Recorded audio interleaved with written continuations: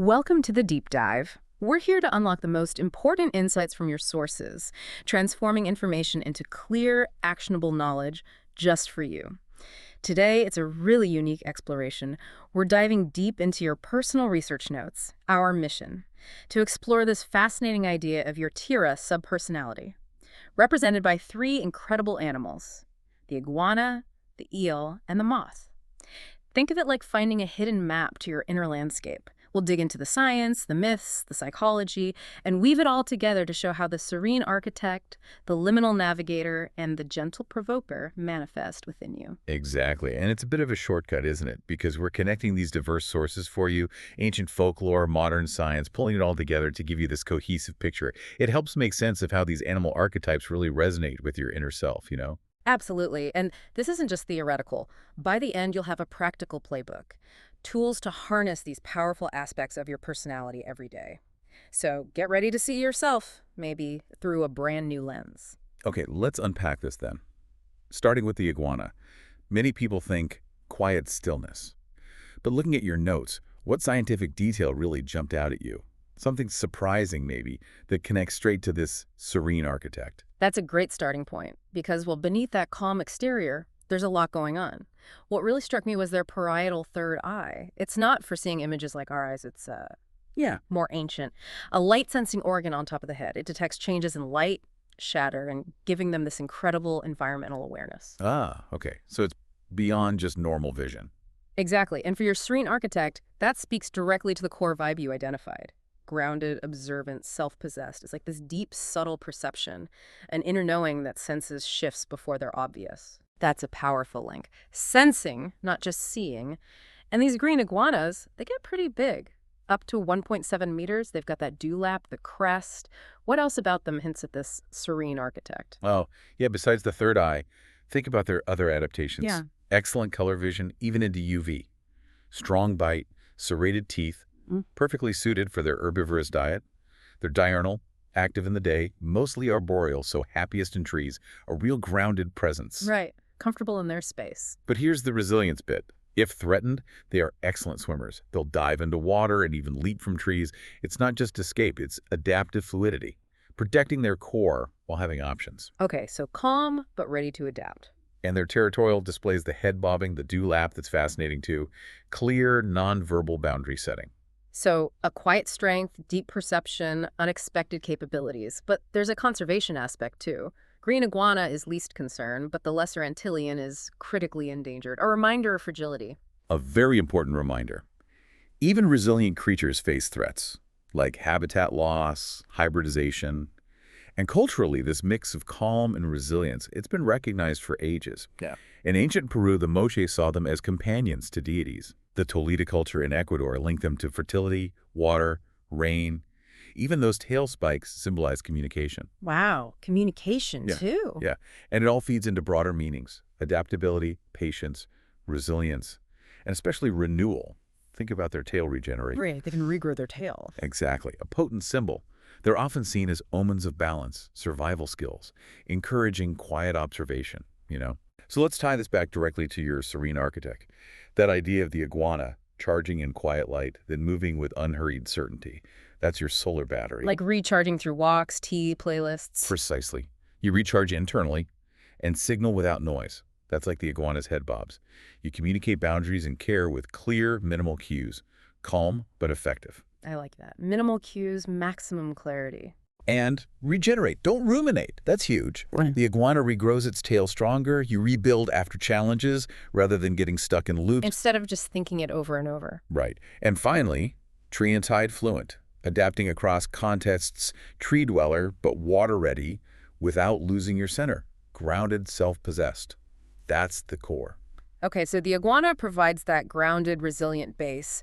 But what about journeys into the unknown, transformative passages? Yeah. That brings us to the eel, a creature of mystery and incredible journeys, real inner navigation. The biology you've gathered is amazing. It really is.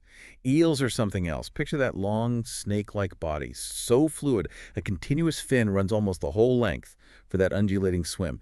And their skin looks smooth, but actually hides these tiny embedded scales. Almost invisible scales. Yeah, But the life cycle, that's the showstopper. They start as these transparent larvae, leptocephali, Oh. like little see-through leaves drifting in the ocean. Then they morph into glass eels, then elvers, and the anguillid eels, the ones that migrate from freshwater to saltwater to breed.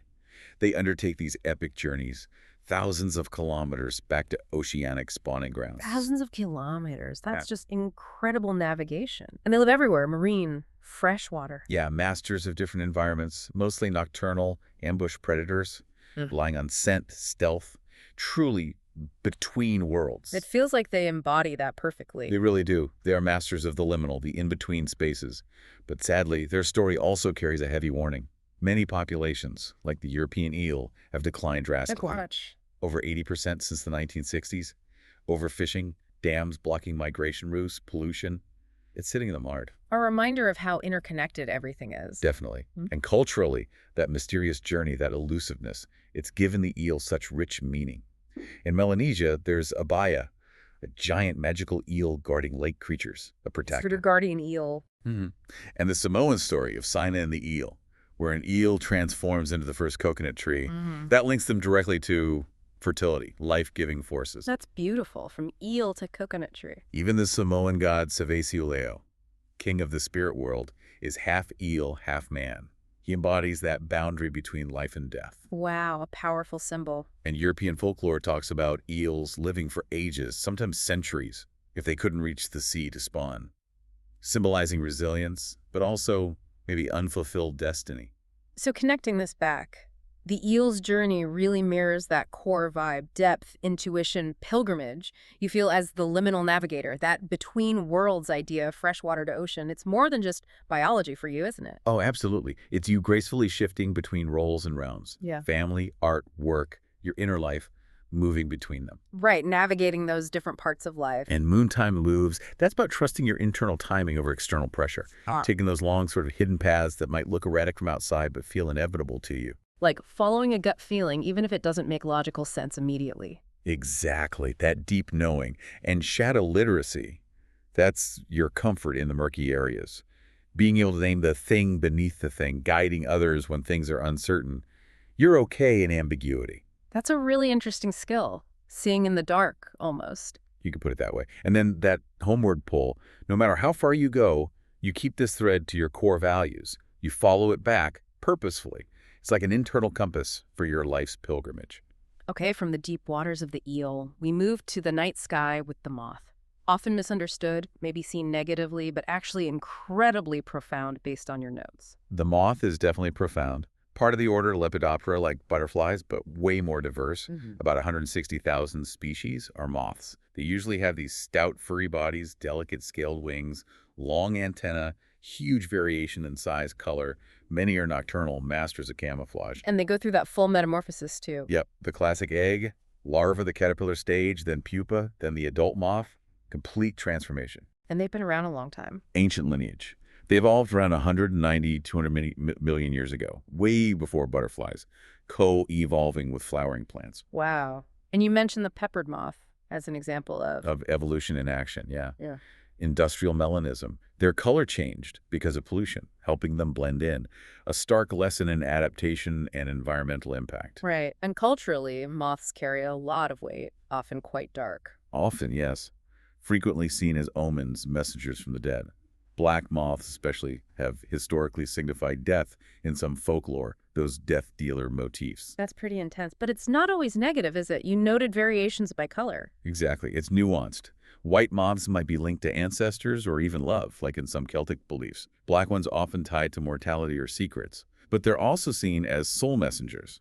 Native American, Chinese, Navajo traditions see them symbolizing transformation, guidance, ancestral contact. So transformation is a key theme there, too. Definitely. Though historically, we also have to remember some are seen as pests, damaging crops or fabrics. And in popular culture, think of the death's head moth in Dracula, or the Silence of the Lambs. That really cemented its darker, mysterious image for many. True, that's iconic. But connecting this to your archetype, the gentle provoker. Despite the sometimes negative views, the moth perfectly embodies that core vibe.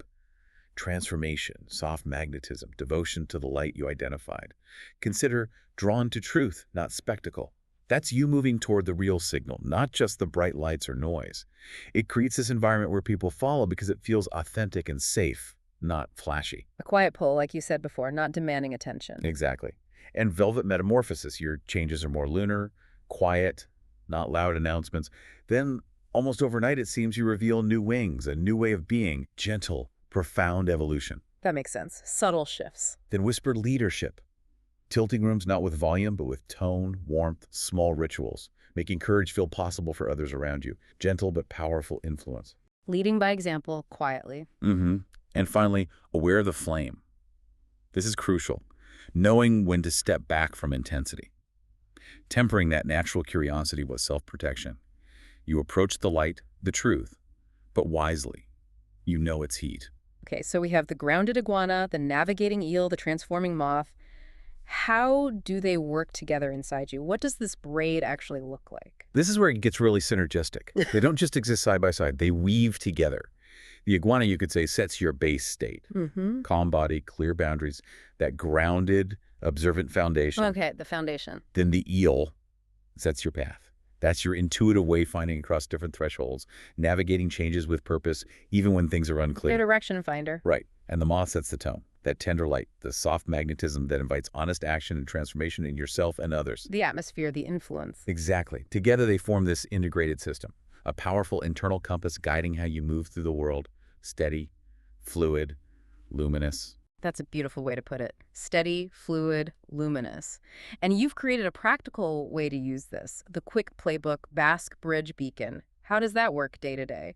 It's designed to be super simple, really actionable. To Basque iguana. Just take 3 deep breaths, then name one boundary you will honor today. Write it down if it helps. Stick to it.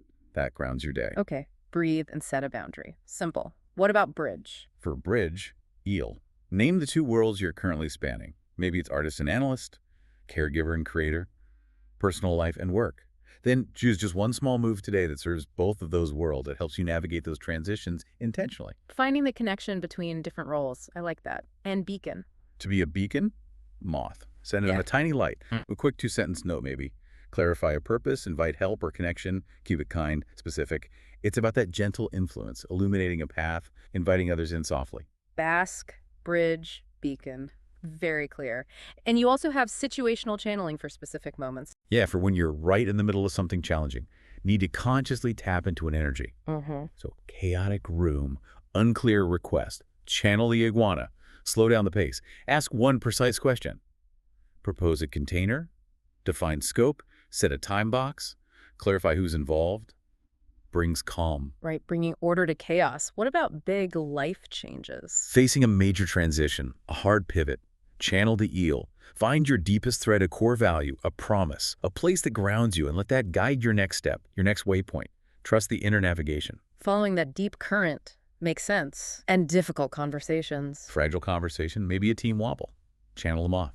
Lower your volume, raise the warmth. Share one clear truth and one gentle ask. Subtle shifts, big impact. These are really practical strategies. And for daily habits, those 60-second rituals. Yeah, quick ways to stay connected. For iguana, the sun scan.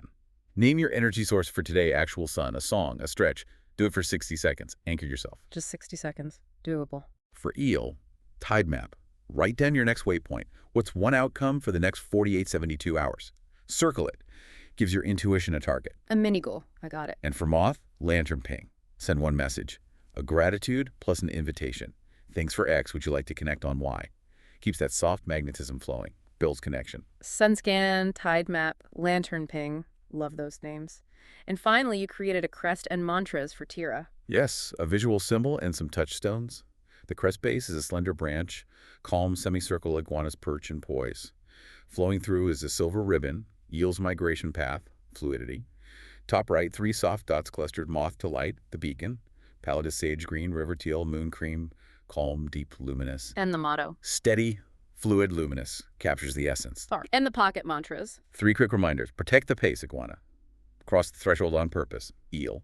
And carry a small light. Others will find their own, moth. Powerful reminders. What an incredible journey through your animal archetypes, iguana, eel, moth. Exploring how they represent these powerful facets of your Tira subpersonality, it really offers a new lens for self-understanding. Absolutely. It shows that understanding these deep connections gives you more than just awareness, gives you practical tools. Tools to navigate life with more intention, more grace, recognizing the wisdom already inside you. Thank you so much for sharing your notes and walking us through this deep dive. It's been truly insightful. My pleasure. And maybe a final thought for you, the listener. As you reflect on the iguana's steady gaze, the eel's deep currents, the moth's quiet glow, which part of steady, fluid, luminous feels most alive for you right now? And what one small intentional act will you take today to really live it?